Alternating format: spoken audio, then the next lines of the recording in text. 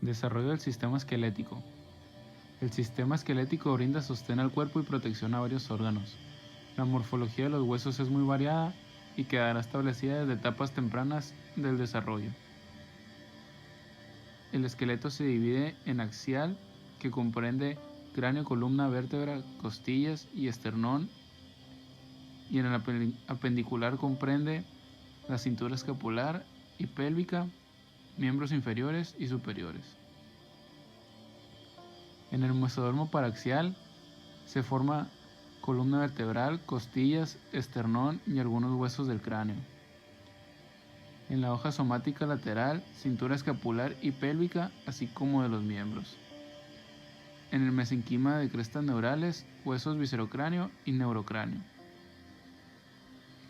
Los tipos de osificación endocondral involucran una serie de etapas que son la condensación del mesenquima, condrogénesis, maduración de condrocitos, su hipertrofia, apoptosis, vasculogénesis y el reclutamiento de osteoblastos para la mineralización de matriz circundante para así formar el centro de osificación primario de la diáfisis.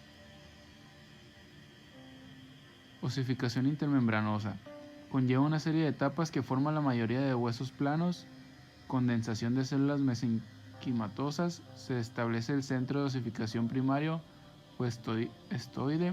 La formación de estoide vendrá seguida por la calcificación, incluyendo los osteoblastos que convierten en osteocitos. Segmentación del mesodermo y formación de somites. El mesodermo interembrionario queda dividido en varias regiones: mesodermo paraxial, mesodermo intermedio, mesodermo lateral. Los somites se forman del mesodermo paraxial y está formado por miotomo, dermatomo y esclerotomo. En el miotomo forma músculo, en el dermatomo forma la dermis y el tejido celular subcutáneo, y el esclerotomo forma el hueso. El esqueleto axial está constituido por el cráneo, costilla y esternón. Se forma a partir de las células mesenquimáticas de las crestas neurales y del mesodermo. Algunos de los huesos del esqueleto axial surgen por osificación endocondral y otros por osificación intermembranosa. El cráneo se divide en neurocráneo, que aloja el encéfalo, y en viscerocráneo, que brinda protección y sostén a las estructuras contenidas en la cavidad oral y orofaringe y a una parte de las vías respiratorias. El neurocráneo. Los huesos del neurocráneo tienen ambos tipos de osificación. Estos están separados por suturas y fontanelas.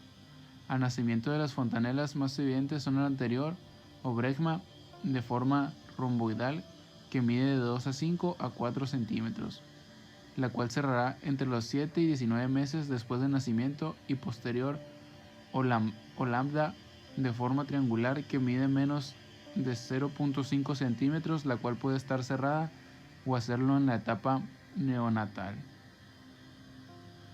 El viscerocráneo cartilaginoso se origina principalmente del mesenquima derivado de las células de la cresta neural del primer y segundo arco faríngeo. Del primer arco surgirán los huesecillos del oído, martillo y yunque, mientras que del segundo surgirán el estribo, el proceso estiloideo del temporal y parte del guioides. Algunas alteraciones del esqueleto axial son la microcefalia, que es una condición patológica donde el cráneo es de menor tamaño como consecuencia de un desarrollo inadecuado del encéfalo.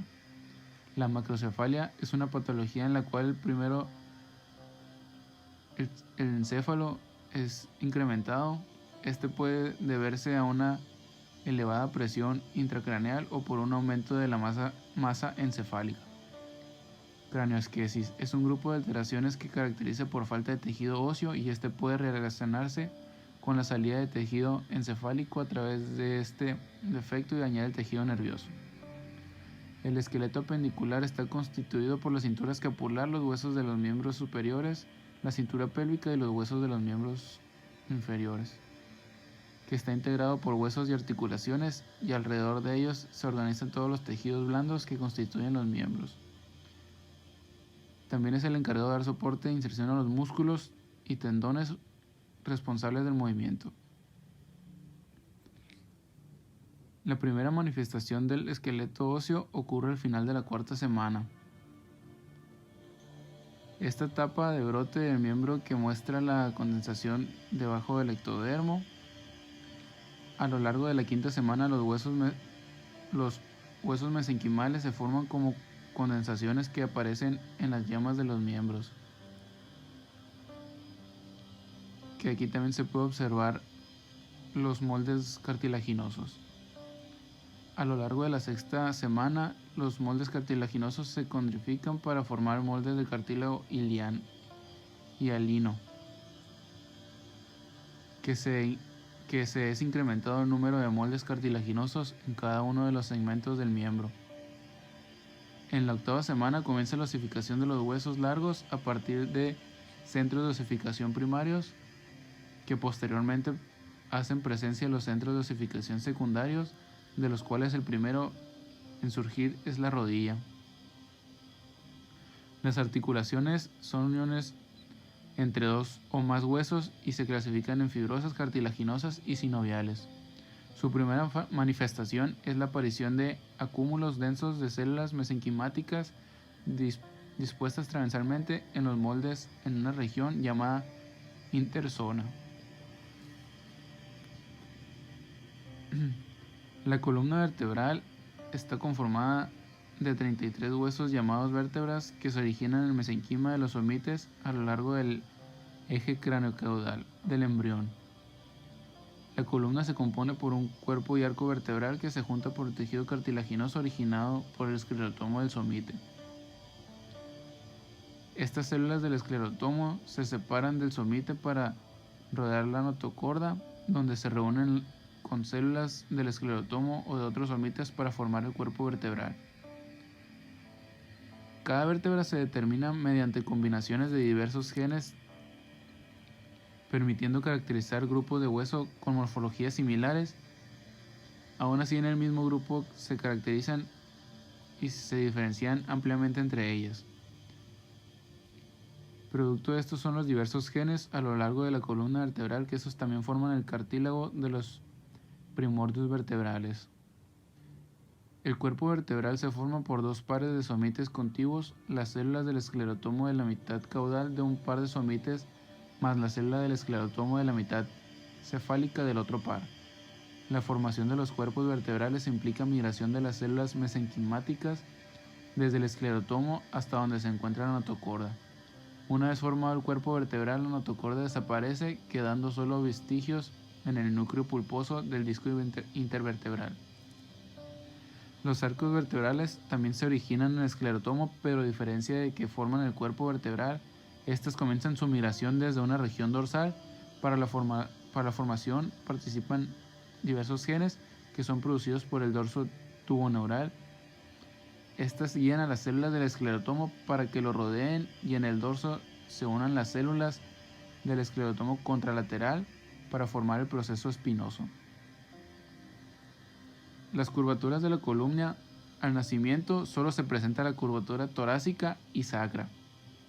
La curvatura cervical será evidente cuando el niño logre sostener la cabeza, y la curvatura lumbar se forma una vez que el niño se mantenga en bipedestación y será más notable a los 13 meses de edad. Las costillas. Estas se forman de células mesenquimatosas del esclerotomo que se condensan lateralmente del cuerpo vertebral a nivel de las vértebras torácicas. En el periodo embrionario son cartilaginosas y en el periodo fetal se osifican. Tienen dos discos de crecimiento, uno en cada extremo, que une la diáfisis con la epífisis. Los primeros 7 pares de costillas se articulan con el esternón a través de cartílagos costales. Los siguientes 3 pares se articulan en los cartílagos de la costilla superior y los últimos 2 no tienen articulación anterior. El esternón comprende de 3 secciones, las cuales tienen el nombre de manubrio, cuerpo y proceso sifoideo. Este se origina en el mesodermo somático de la pared ventral que forma las bandas esternales y miran en dirección ventromedial hasta fusionarse con una con otra.